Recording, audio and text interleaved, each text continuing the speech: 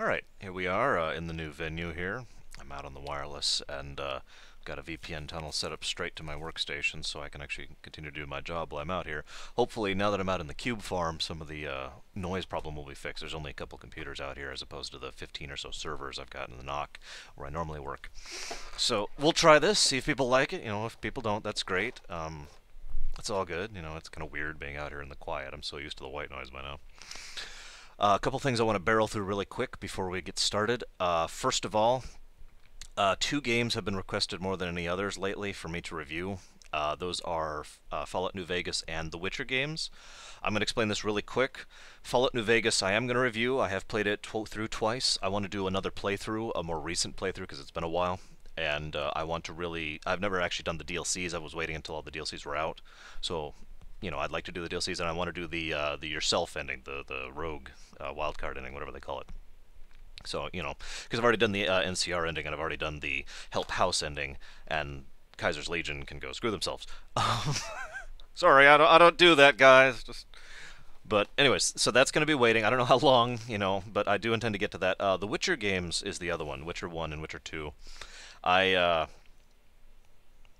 trying to explain this as best. I've been trying to. The comparison I like to use for this is Elvis. If you'll forgive me for sidestepping here for just a moment.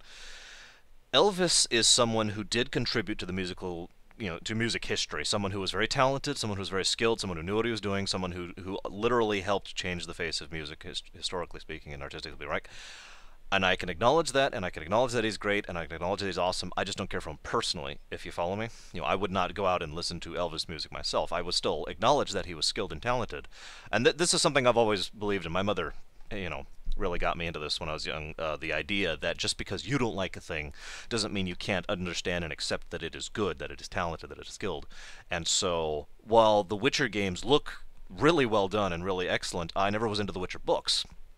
You know, I read them when I was, you know, a while ago, and didn't get into them, never really liked them. So when The Witcher 1 came out, I didn't buy it because it was based on The Witcher, and so I never got it. So I don't actually own Witcher 1 or 2. Good if things go well, I would actually like to pick those up, probably on a Steam sale or something like that, to be honest with you. But that's nothing against the games themselves. It's just I'm not into that sort of thing personally. Maybe the games express it in a way I'd like personally. I have no idea, but I do actually want to give them a chance. If you understand what I'm saying, I do want to play them. It's just it's been so far down on my priority list that I haven't gotten around to it yet. So I will get to that eventually as well. I'm sorry, everyone. You know, I hate to disappoint, but, you know, whatever. I can't do a lot about it unless I win the lottery this Saturday. In which case, yeah, I'll go out and buy Witcher that night and go play it and tell you what I think. Now, next thing I want to get into really quick here. This is actually directly on topic, but I want to get this out there in general, okay?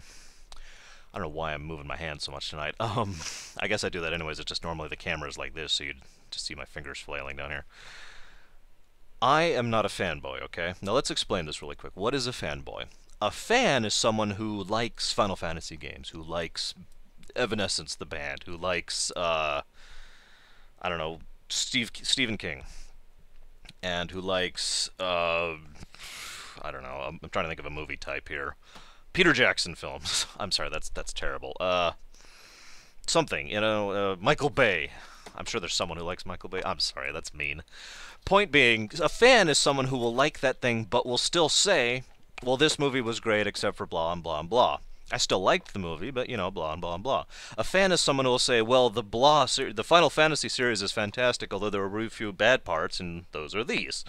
You know, a fan is someone who is willing to admit and accept and talk about a series. He's still into it, or he or she are still into it. You know, like I'm a fan of the Kingdom Hearts series, right? I am, I admit this. But I am still willing to accept that Chain of Memories had an absolutely abysmal combat system that made me want to tear my eyes out. In fact, I ended up cheating to get through that game when I replayed it on the PS2. And I admit that freely. I just wanted the story.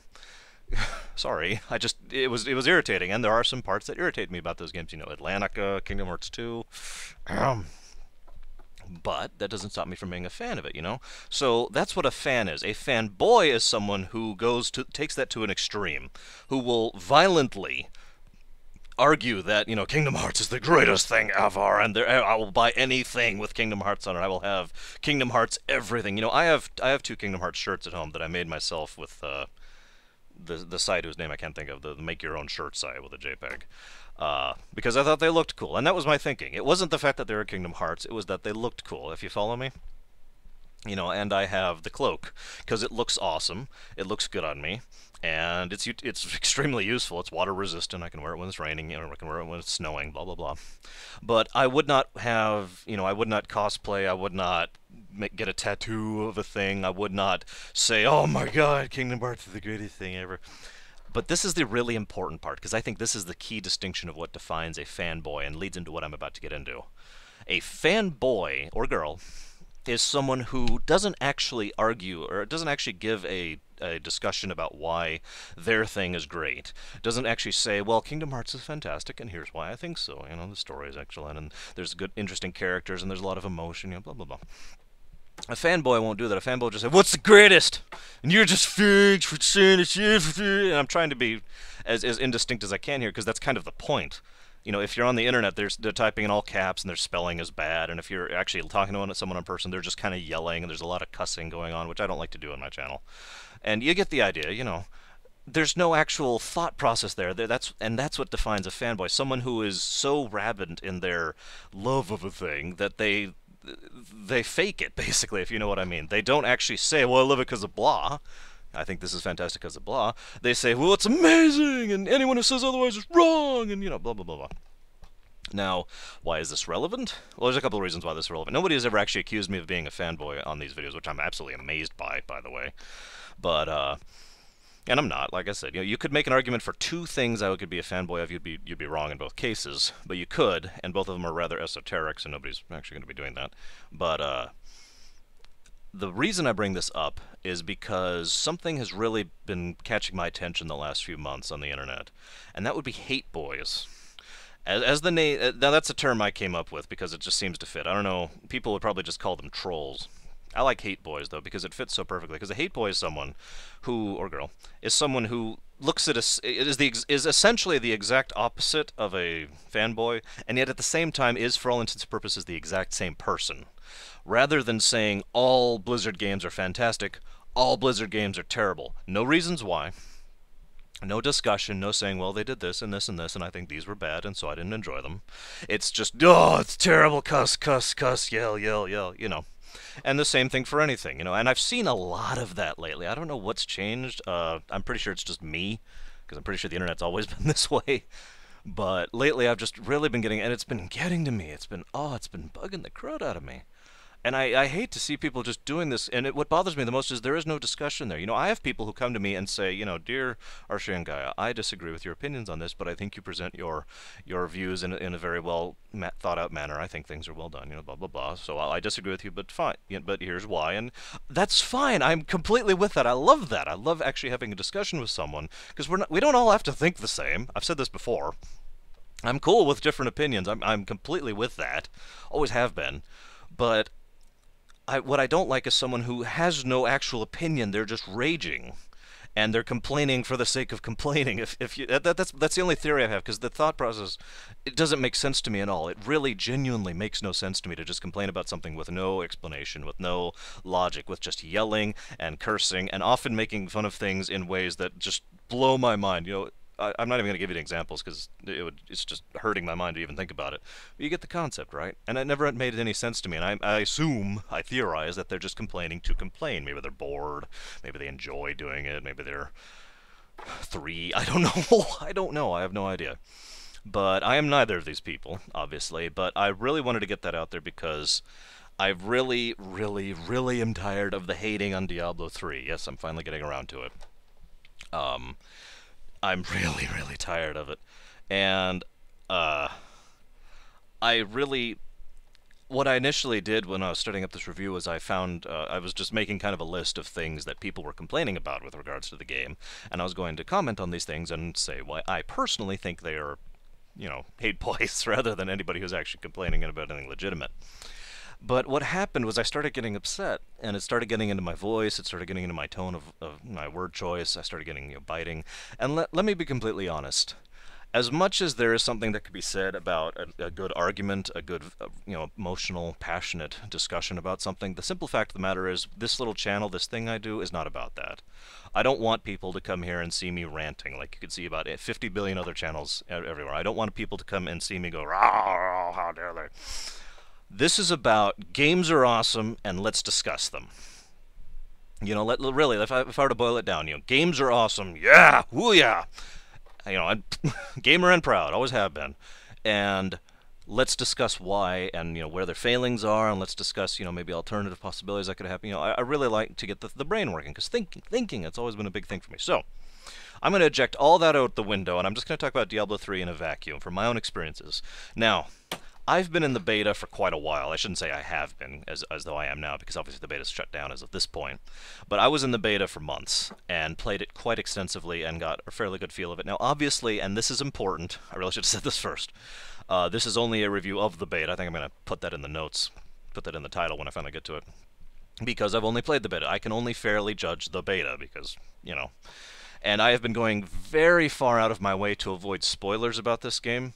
I really don't want to know about all the data mined info. I really don't want to know all the people who have already gotten their copies over in Europe and who've already, loaded the cinematics and stuff. I would like to enjoy that when it comes out, which would be next Tuesday for me. So, or Monday night, actually. I'll be here, ready to go, clear my schedule and all that. But of the beta, I know a fairly large amount of it. Now, there are two things. I want to cover these first. There are two things I think Blizzard really dropped the ball on with Diablo 3, and I'm going to discuss these. I'm not going to rant about them. I'm not going to yell at them. Just let's discuss these really quick and why it is I think these are mistakes. The first is the real money auction house. And my biggest reason for why I think that was a mistake, I'm actually going to discuss later when I get to the second reason. So you'll have to forgive me for a moment as I just discuss this on its own. The real money auction house, by itself, is not exactly a bad idea. Let's just be honest with ourselves. It's actually a rather, I would call it a pioneer idea, because while the pay-to-win companies have existed for a while, those games have been in the market for several years now and have been doing their thing and actually proving economically viable. The concept of trading in-game items for actual real money is something that has basically, with a few exceptions, basically always been behind the scenes, something that you do illegitimately, through eBay or whatever. And to legitimize that, number one, let's just be honest, people who are going to do that, even if it's illegal, are probably going to do it anyways, regardless. They'll just find ways to get around it. That's how it's always been. And rather than spending money trying to police people doing that, what they are doing is making it legitimate so that the threat of being scammed or otherwise, taken advantage of is actually significantly less, to the point of almost non-existent, theoretically, that I'm with that. Okay, that makes sense. And number two, Blizzard will profit off of this. And I have to admit, from a corporate perspective, doing this makes perfect sense. Why not dip your hand into the well? The well already exists. Or, I'm sorry, the river. The river already exists. The river water's already flowing, and every time you keep trying to build up the dam, all you're doing is diverting it a bit. You may slow it down, but all you're doing is diverting it. So why not just dip your hand in and get some out yourself, right? And again, I think making it legitimate is a good move. I think making legitimate money trading for real money through the system makes lots of sense, right? Now, obviously it sounds like I'm praising this thing, but I do still think it's a bad idea for several reasons. Let's talk about one of those reasons right now. And that would be, in Diablo 2, in Diablo, in World of Warcraft, in lots of things, there's a sense of a barter system. Anyone who played Asheron's Call knows exactly what I'm talking about, because except for two periods in Asheron's Call history, money, Purials, was not the economy. That was not what the player-based economy was based off of. It was motes, and then it was six, and then it was then it was M notes. So there's the one period, and then it went up to sings, and then it went up to MMDs, and then it just kind of did its own thing and bounced around for a while. But you get the idea. It was always based around the barter concept. Diablo 2 is very heavily based on the barter concept. Gold was essentially worthless in Diablo 2. So the idea of bartering, the Stone of Jordan for this it made perfect sense, and there was sort of a relative value there, and the system just kind of flowed. With the real money auction house, if it is more likely, I guess I should say, this is not 100%, this is not an extremism, but it is more likely that if someone gets a Quick Trick Cup of plus 58. That's a set item. I don't know. They will not go ahead and try to barter that like you would say in Diablo 2 and hold this for auction. If they have actually no use for this personally, they want to go ahead and trade it off for a phone. I don't know. Of set bonus this. Instead of that, what they're more likely to do is just put it up on the real money auction house and make real money off of it. And this is important to note for anybody who does not know this. The real money auction house and the auction house, just the plain old auction house, completely segregated. At least on the beta. You either put it over here or you put it over here. That's it. And so, while there is going to be an economy over here on the auction house, just like there is in World of Warcraft, for example, it is very likely that all the really good stuff is going to come over here because people are going to want to get money off of this massive set item over here. So the possibility for that trade and for being locked out of getting those items unless you either farm them yourself or spend the money is greater. That's a minor point, I'll admit, but it is something that is worth considering because the economy of Diablo 2 was something that was strong for a while there. Now the hacking and all those problems kind of destroyed that and blah. But something to consider. Now, next point is that what this will do is create a viability within. I'm trying to think of how to put this. It encourages the pay-to-win model a little bit because somebody could go on and buy a bunch of items that they basically haven't earned, and then make their character awesome. Now, again, they could do this anyways. People do this anyways right now. I could go to some website somewhere and find a WoW account to purchase with good gear right now. My hands are too wet. Right now, I would be able to do that without trouble, without incident. So this isn't exactly anything new. The only catch is now Blizzard is going to be making money off of it, which I'm with. And it is going to be slightly more encouraged because it's going to be easier to do legitimately without the fear of, hacking or viruses or anything like that. Now these are both minor points, I'll admit, and let's go ahead and drop this issue for now because the real big point comes up in the next complaint I have, the next problem I have with Diablo 3, which is the always online thing, and I'm sure everyone was expecting that one. Now, let's be absolutely fair. The always online thing isn't that big of a deal. It really isn't. Honestly. I'm online right now. As of this moment, I have internet, and I will have internet when I go home, and I'll have internet when I come back to work the next day. In the modern era, most people are going to have less of an issue of doing. If that always online thing came out, say, about 17 years ago, there is no way it would fly. The ISPs were dropping connection constantly. Modems were dropping connection constantly. It was a mess. The modems themselves were still having issue 56K. It was considered a big deal. It would have never flied. If StarCraft, the original, came out and required always online, that would have just bombed.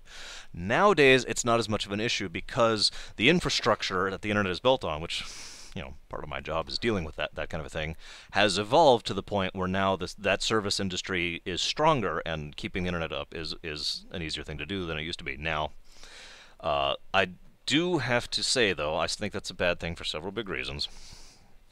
Number one, I shouldn't say big reasons, several reasons. Number one, anytime the servers are down for maintenance, they do that Tuesday maintenance thing, I can't play at all.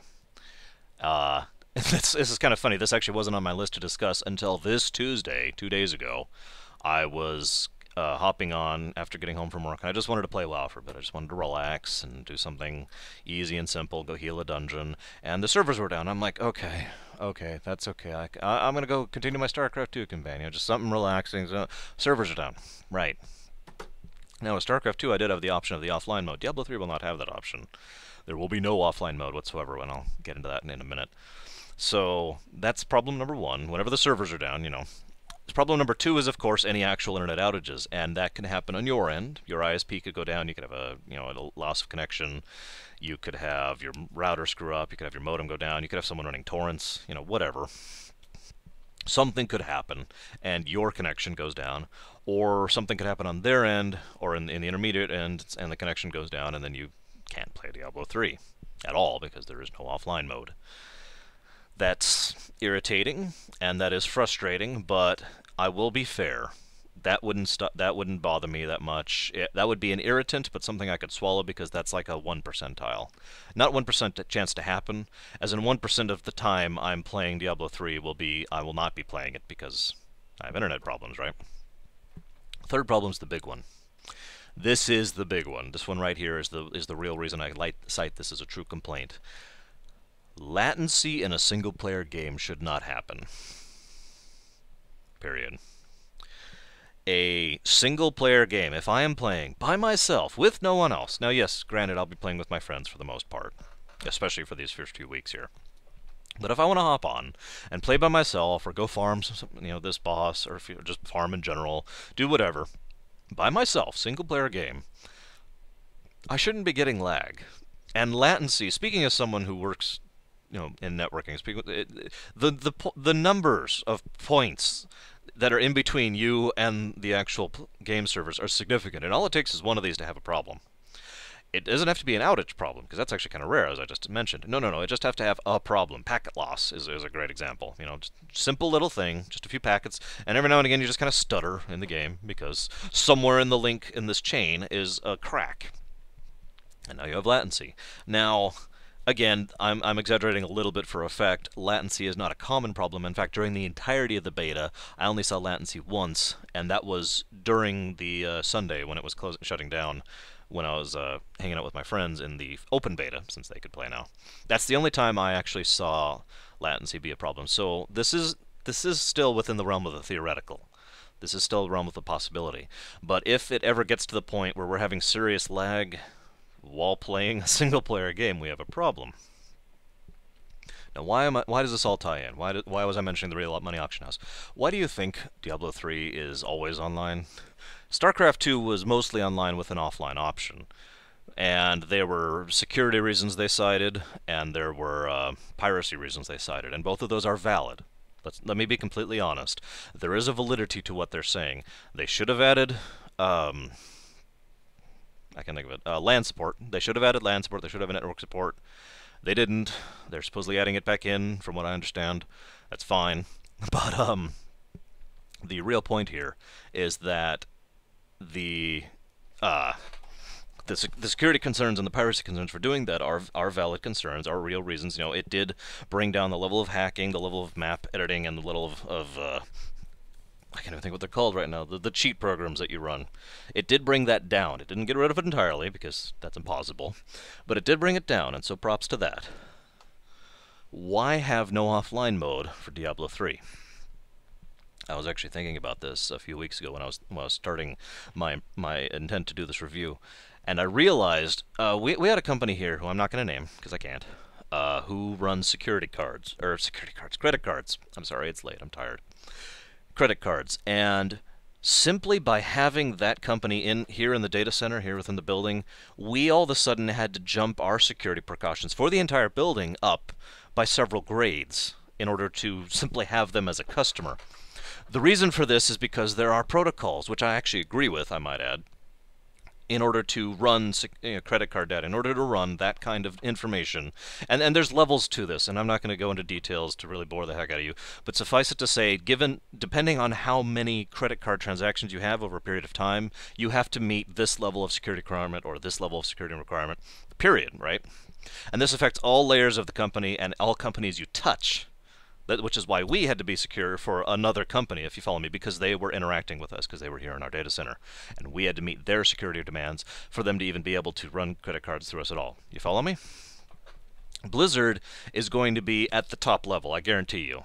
The top level of number of transactions, which means they have to actually reach full Tier 5 credit card security, which basically removing the ability to have any direct complete there's a specific technical way to put this, but let me just actually kick that out the window, because there's no need to get technical on this.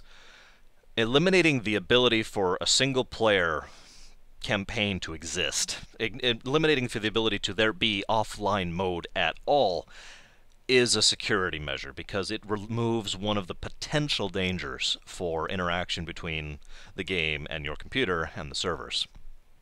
Now, there are still technically ways in Yes, this is not a 100% thing. There is no such thing as 100% security, as anyone who has ever worked in security will tell you. But it is another layer of defense. It is, and I admit this. And I'm with them. I understand. I get it. But that would be why the Real Money Auction House is a big complaint for me, is because that is the primary reason there is pure online mode for Diablo 3 and no offline option whatsoever like StarCraft 2 had. So, yeah, ultimately, while I get where they're coming from, and I certainly understand from a corporate perspective, the simple matter is I personally don't like these two things. Now, I've been talking for 25 minutes about this, but those are two things I really did want to discuss in detail, and I really wanted to get out there instead of just kind of, complaining and whining and moaning. I really wanted to say, hey, here's the problem, here's why I think it's a problem, blah, blah, blah. I get where you're coming from, but I personally don't like it. Now, let's talk about why Diablo 3 is incredible. Because let's be honest, I think Diablo 3 is fantastic. One of the reasons I wanted to do that correspondence to all the complaints I saw was because I just stare at those and I feel like someone is telling me, God, I hate this 6-course, $70 meal I just got for 20 bucks. Oh, it's terrible, and it isn't popcorn Cheezos, which is what I really wanted, or something. I don't know. I don't understand these complaints these people made. This game is amazing.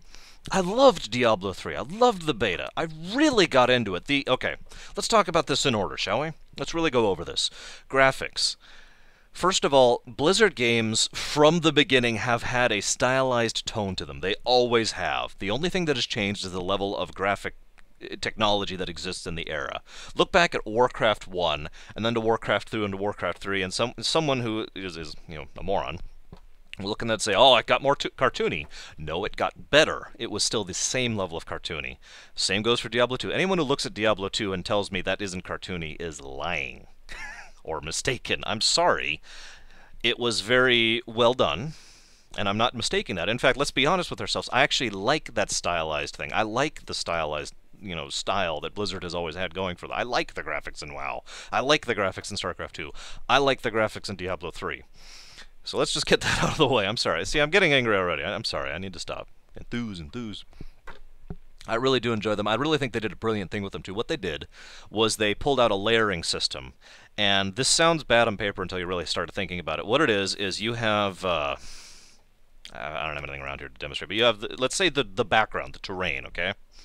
The terrain is actually rendered on a completely different engine, basically. It's a sub-process which is running under here, and then another series of engine is running everything on top of that, right? Now, that may sound like a bad idea, like I said, on paper, until you realize that what is meant by terrain is everything that isn't interactable, which is actually relatively a small amount of things. And by segregating the processes like that, you can make sure you can put a great deal more detail into the background, really making the back. And if you've played, any of the Diablo 3 beta, if you've seen any of the screenshots, I would like to think you know what I'm talking about. There is a tremendous amount of detail, amount of effort, amount of obvious work and obvious effort that went into every area. Every single section of everywhere has just, I could just stop and look around for a while and enjoy the effort and work that was done into that. I'm not going to gush over it forever, but it looks great, and it's perfect for when you're just playing through the game, because it's that kind of thing that's in the background, so you notice it, but not too much. It just adds to it. And because everything on the foreground, which also includes all interactables, anything like the trees or anything like the corpses, anything that is interacted with the physics engine, that kind of thing is all rendered in the foreground.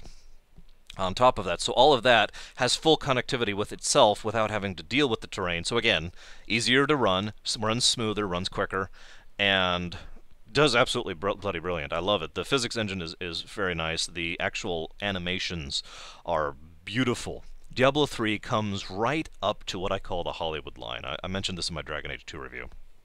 There's this point here where you get a little too Michael Bay-y about it.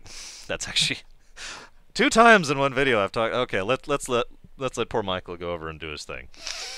In all seriousness, though, there's the Hollywood line here, and Michael Bay movies aren't actually the example I want to go for. I'm talking about the really over-the-top stuff, where it's just giant pose, There is a line there where if you cross that, or you go over that, or you go way over that, it's just kind of silly. And silly can work in its own right, but Diablo 3, let's be honest, is not a silly game. Diablo 3 comes right up to about here. It doesn't actually hit that line, in my opinion. This is going to come down to a matter of opinion on the individual, but in my opinion, it doesn't actually go over the top because you are not just some random schmo or schmuck. Even if you're playing with four people, the four of you are not just some random Joe nobodies. You are the heroes, the manifestations of all the lore that I just realized I was about to go into. Let's not go into that. But there's a reason. There's a lore. There's a logical reason why you are all powerful, basically, and why you can do this stuff. And it looks flashy without looking too flashy, if you follow me. It's a nice little barrier here, between too flashy, which is just kind of and not flashy enough, which is just boring. Really well done. The animations themselves are, of course, absolutely smooth. The spell effects are fantastic. There's really a feel that the fact that what you're doing is impacting, even as you're fighting trash mobs, which is really good, which brings me beautifully into my next point, which is combat. Combat is something that a Diablo game has to basically excel at. Let's just be honest. Practically invented the action RPG genre back in Diablo 1. Yes, I know they didn't actually invent it. Yes, I know we had, rogue games and things like that before, but you get my point. Diablo 3's combat is beautiful. It is a thing of glory. The fact, let's just start with what I was just talking about, the whole animation thing. How do I even go? I'm not even sure where I want to start, to be honest with you. Okay. Speaking about the line thing here, right? It is very difficult to hit a barrier, hit the sweet spot where you, the player, feel powerful, but not too powerful, but not too weak at the same time. If you feel too weak, everything you're doing feels like a grind, and it starts to get frustrating, and a player being frustrated is something you never want as a developer. You do not want to frustrate your players, and yes, obviously you can't please 100% of the audience, but if you get too weak, if you bring the player power down too far, what you're going to have is a lot of frustrated players who are just getting irritated playing your game and having to grind just to get to the point where they can actually progress. Not cool. Having it too far on the other end over here, when they're too powerful, is going to make the game feel boring. I can demonstrate this very easily. Go load up Diablo 2, use a character editor to make your character level 99, and go through normal difficulty. That will be incredibly boring, and it will, certainly after a while. At first it'll be, yeah, woo, just one-shotting everything, and yes, I'm still one-shotting everything, and okay, I just one-shotted Andariel, and somewhere along the line it just starts to feel like a chore. Somewhere along the line it just becomes mowing the lawn. And that's not what we're here to play games for. So hitting that sweet spot in between not too powerful and not too weak is a difficult thing to do. And I think Diablo 3 has succeeded in that rather well. Again, the beta. But to the point that I've seen, I had no difficulties with either direction. And the classes also felt significantly different. Speaking of which, let's talk about that next. The style of play on the classes is significantly different, that it's not just a new set of abilities you're using, Not to rag on Diablo 2, but ultimately, whether you played a melee or a caster, the real difference that was actually basically the difference. You're either a melee, left click, or a caster, right click. And there were intricacies there, there were strategies there were certain builds that worked beautifully and required a great deal of thought and time and effort. But ultimately, really, the style of play never actually changed except for those two.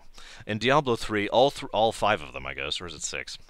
All feel significantly, well, I shouldn't say significantly, but they do feel different enough that they feel that they have their own presence to them. I don't even know what to call this. Their own to them. That's what I'm going to call it. And, like, for example, the Witch Doctor is the only one that just plain uses mana, right? Big mana pool. That's how this works. Giant mana pool, slow regen. I shouldn't say slow, but it's moderate regen. So your basic attack, which does cost mana, is going to cost just a little bit less than your regen does.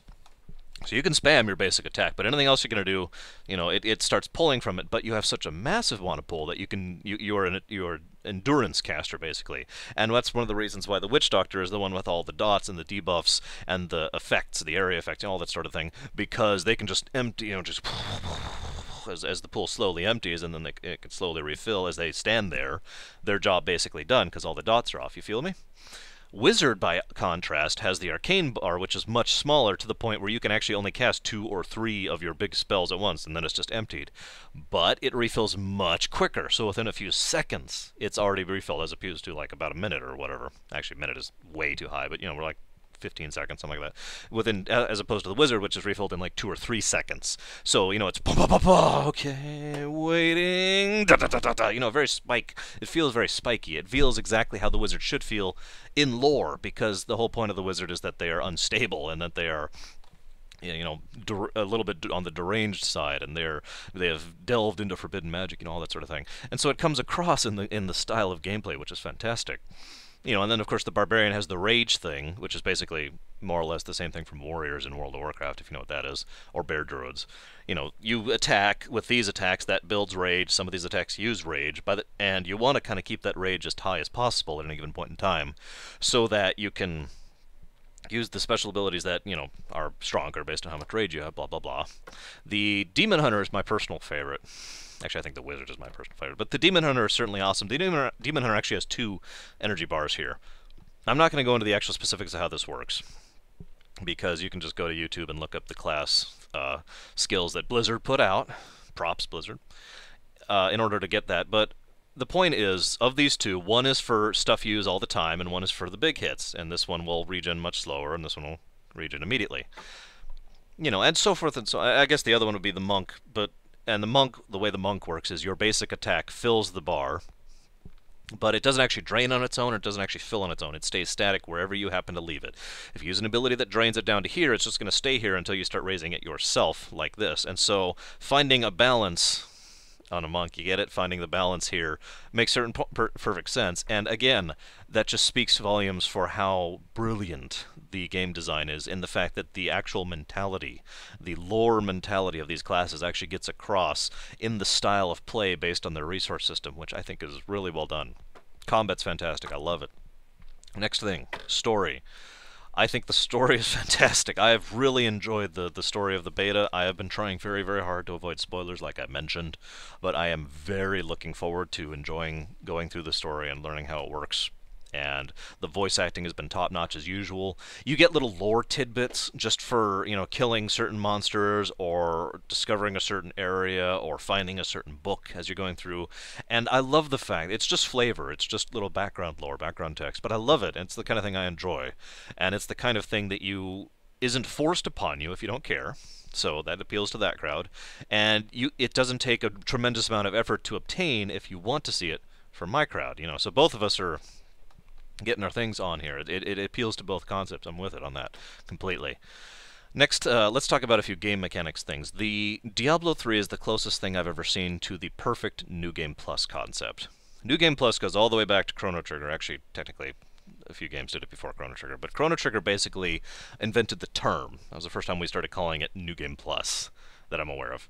And if you're not aware, what it is New Game Plus is you finished a game, let's just say, well, actually the Mass Effects. Most of my audience is people who've played the Mass Effect series, so the Mass Effects do have a New Game Plus. You beat the game, right? Mass Effect 1 or Mass Effect 2. I guess 3 does this too. I declined.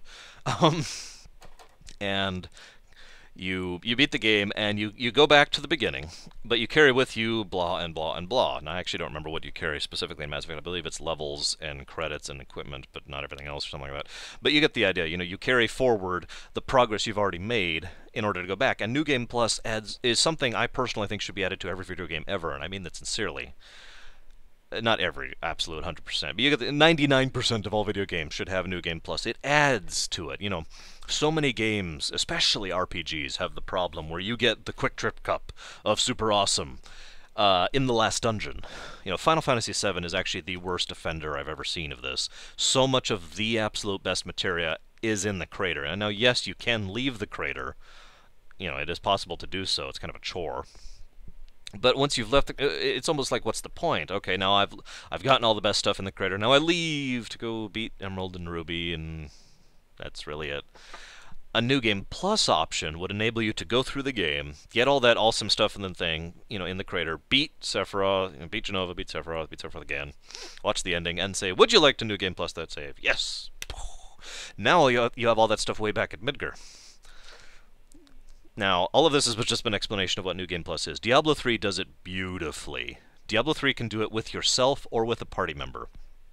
How it works is you have quests, which is similar to what they did in Diablo 2, except there's much more of them, obviously, per act. I'm assuming there's acts. Yes, there is acts. That's right. I remember reading about that. So, anyways, much more quests per act. Even the very first, even the beta had I think 4 total quests, something like that, which may not sound like a lot, but that was a decent amount of content. And a quest is not just go kill 5 of these and turn them in. We're talking about an arc of story basically. At any point in time, at any point in time, you could back out to the character screen, say, all right, hang on, I want to start playing, but even though I just finished this 3rd quest, I want to go back to the 2nd quest.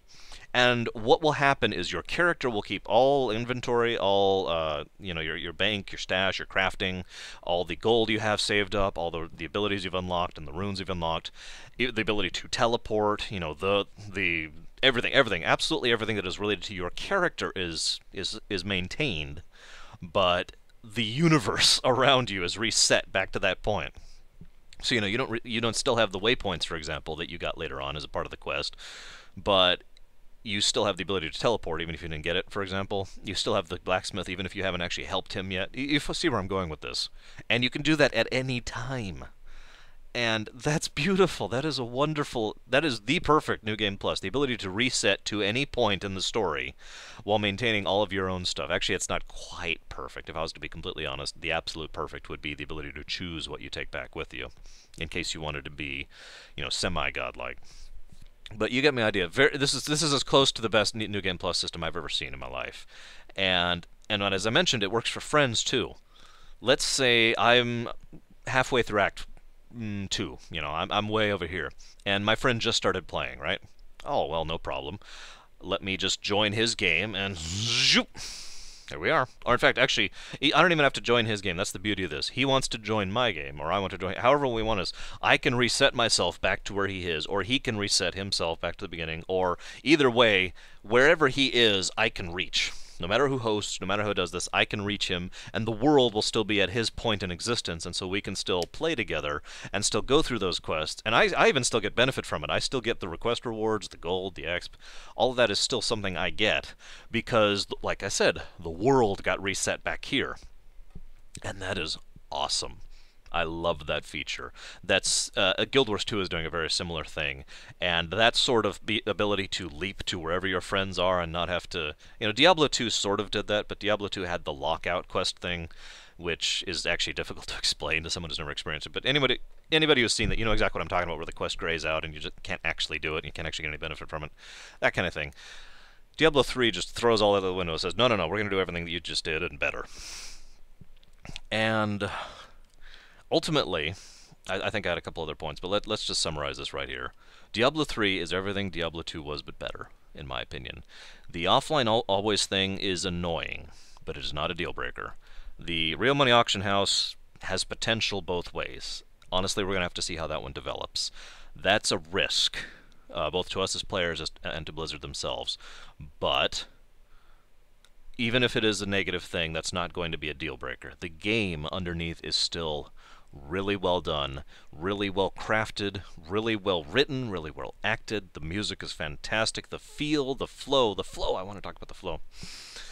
All of it is a fantastic game. It's everything I would have possibly wanted Diablo 2 to be, with a few things I hadn't even thought about, And that's exactly what I want in a game. I want, what I wanted, I hate to keep beating up in Mass Effect 3. What I wanted Mass Effect 3 to be was everything I wanted, and then a couple other things that I hadn't thought of, Like, what's a good example of a game actually, StarCraft 2 is a good example of another game that did that. But again, I don't want to keep sounding like Blizzard's awesome, because Blizzard makes mistakes too.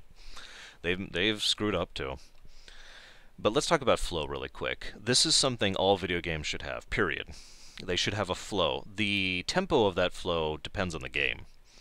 And it's difficult to describe flow to someone who doesn't really understand what I'm talking about. I'm sure most of you do. But I'm struggling to figure out how to say this. Flow is about smoothly arcing between one thing and the other at all times. In fact, flow, the most often you will hear flow being mentioned when regards to a video game is flow breaking. If you're in the middle of this awesome thing and you're just kind of hang on, we need to go grind for a bit. Okay, we've grinded. Let me go to the inventory. Let me go to the pause menu. Okay, now let's continue. That's not flow. That's the opposite. That's flow breaking. Diablo 3 just goes and goes and goes and goes, and it never stops. And that's exactly what a game should do. It's not alone in that. Several games do that. Several modern games do that. Several old games did that. But a proper game should have that feeling of, and I do this intentionally because it's not all about this. If I may point to an example of doing flow improperly, Call of Duty Black Ops, which is a decent game, don't get me wrong. I'm not sure I'd elevate it that high, but it is still a decent game. Doesn't have flow so much as it has pace, if you follow me. Call of Duty Black Ops 1 was very, okay, let me do this, let me do this, let me go over here, oh my god! And that's fine, that's its own style of thing, but in my personal opinion, Call of Duty 4, Modern Warfare 1, did it much better because that actually did have flow. It actually did do this. It was very this. And there were definite peaks and there were definite dips, but it always flowed smoothly together, and there was never that moment of, whoa! And there's never a moment of, oh, we need to go.